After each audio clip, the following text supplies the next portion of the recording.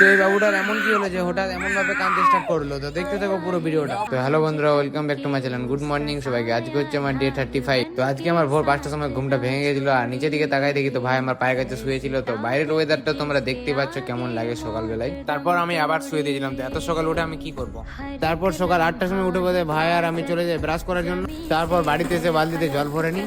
বালতিতে জল ভরা হয়ে গেলে ভালো করে আমি ফ্রেশ হয়ে যাই। তারপর আমি আর এই ভাইটা শুয়েছিলাম। তো দেখো ওর পোজ। তো ফাইনালি আজকে আমি এর দাঁতটা দেখাতে পেরেছি তোমাদেরকে। তো দুপুর বেলায় ভালো লাগছিল না শরীরটা, তাই 4:30টার সময় স্নান করতে যাই। তো আমি স্নান করে এসে দেখি এখানে গান বাজাচ্ছে। তো আমি দুপুর বেলায় কিছু খাইনি, তাই এক গ্লাস লস্যি আর একটা কেক খাওয়ার পর আমি এখানে বসেছিলাম। তো এ আমাদের সাথে বসেছিল, তারপর হঠাৎ কাঁদতে স্টার্ট করে দেয়, কি জানি কি হয়ে গেল এর।